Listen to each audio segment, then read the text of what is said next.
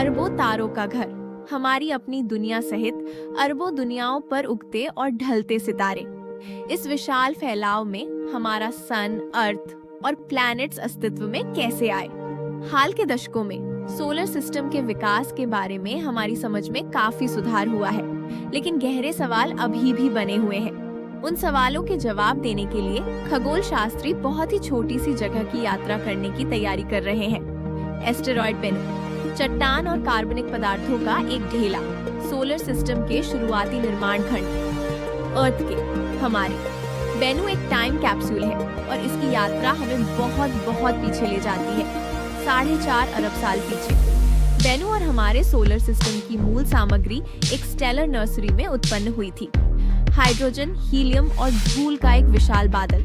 हमारा अपना सन अभी अस्तित्व में नहीं था। पास ही में इसके जैसे गर्म तारे थे जो तेजी से अपने ईंधन को जला रहे थे और एक सुपरनोवा कहे जाने वाले विशाल विस्फोट में खुद को नष्ट कर रहे थे। इस विस्फोट ने हमारे बादल को अस्थिर कर दिया, जिससे यह ढहने लगा। भूवैज्ञानिक दृष्टिकोण से एक पल में 1 लाख वर्षों में ग्रेविटी और एंगुलर मोमेंटम ने बादल को एक घूमती हुई डिस्क में छपटा कर दिया। केंद्र में, जहां अणु सबसे मजबूती से एक दूसरे से टकराए, एक प्रोटोस्टार अविश्वसनीय दबाव और तापमान तक पहुंच गया। डिस्क के बहुत अंदर, गेहूं के दाने से बहुत बड़े नहीं, धूल के ढेले पिघली हुई चट्टान की बूंदों में गर्म हो गए, जिन्हें कॉन्ड्रूल्स कहा जाता है। इस गर्मी का स्रोत अभी भी एक रहस्य बना हुआ है। कॉन्ड्रूल्स सोलर सिस्टम के निर्माण खंड बनने के लिए नियत थे। ग्रेविटी और उथल-पुथल से प्रेरित होकर चॉन्ड्रूल्स आपस में जुड़ गए। वे बढ़ते गए, पहले एस्टेरॉइड्स में, पहाड़ों में, प्लैनेट्स में।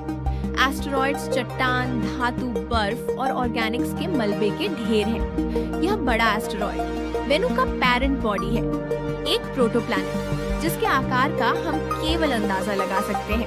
प्रोटोस्टार के करीब एक प्लैनेट बनना शुरू होता है और फिर सोलर सिस्टम में भोर। प्रोटोस्टार में फ्यूजन होता है और वह प्रज्वलित होता है, जिससे हमारा सन प्रकट होता है। लेकिन सोलर सिस्टम अभी पूरी तरह से तैयार नहीं हुआ है। जुपिटर संभवतः इसके बाहरी किनारे के पास बना था, लेकिन सन के प्रज्वलित होने के केवल 500 मिलियन वर्ष बाद कुछ लोगों का मानना है कि यह धीरे धीरे अंदर की ओर बढ़ा। इसकी विशाल ग्रेविटी ने एस्टेरॉयड बेल्ट में हलचल पैदा कर दी, जिससे अनगिनत एस्टेरॉयड्स और कॉमेट्स बाधित हुए और उन्हें सन की ओर फेंक दिया गया। वे आंतरिक प्लैनेट्स पर बरसे, उनकी परत के बड़े हिस्सों को हथौड़े की तरह तोड़ते हुए और फिर से पिघलाते हुए। क्या इन प्रभावों ने जीवन के लिए प्रमुख तत्व ऑर्गेन्स और पानी भी पहुंचाए? एस्टेरॉयड बेल्ट में वापस, बेनू का पेरेंट बॉडी भाग्यशाली है। यह भारी बमबारी के इस काल में जीवित बच जाता है। सोलर सिस्टम ठंडा और शांत होता है। जुपिटर और इसके कई मून्स उन कक्षाओं को संभालते हैं जो हम आज देखते हैं। अरबों वर्षों की शांति आती है, कमोबेश। फिर 1 अरब साल में एक सिद्धांत सुझाव देता है कि एक टकराव ने प्रोटोप्लैनेट को चकनाचूर कर दिया। कुछ मलबा ढीले ढंग से एक नए छोटे पिंड में जमा हो जाता है। लेकिन बेनू एक जगह नहीं रहेगा। धुंधला, नॉन रिफ्लेक्टिव, यह धीरे धीरे सन की ओर बढ़ता है। सौर तापन इसके गर्म पक्ष को कम तीव्रता वाले थ्रस्टर में बदल देता है। लाखों वर्षों के माध्यम से बेनू की कक्षा धीरे धीरे सख्त होती जाती है, जब तक कि यह सैटर्न की ग्रेविटी के साथ परस्पर क्रिया नहीं करता, इसके ट्रेजेक्टरी को बदल देता है और इसे इनर सोलर सिस्टम में फेंक देता है। अर्थ और वीनस के साथ करीब से मुठभेड़ होती है। उनके ग्रेविटेशनल टग्स ने बेनू को बार बार खींचा और नया आकार दिया होगा, इसे अंदर से बाहर कर दिया होगा और ढीली सामग्री को खींच लिया होगा।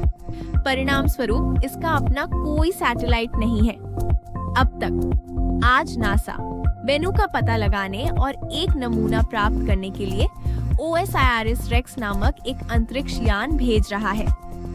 क्यों? बेनू अपनी लंबी यात्रा में जीवित रहा है और अर्थ के निकट की कक्षा में बस गया है। अपने रहस्यों को हमारी पहुंच के भीतर ला रहा है। अब यह हमें सोलर सिस्टम के इतिहास, इसके निर्माण, इसके विकास और तारों के बीच हमारे अपने स्थान के बारे में अधिक सिखाने के लिए तैयार है।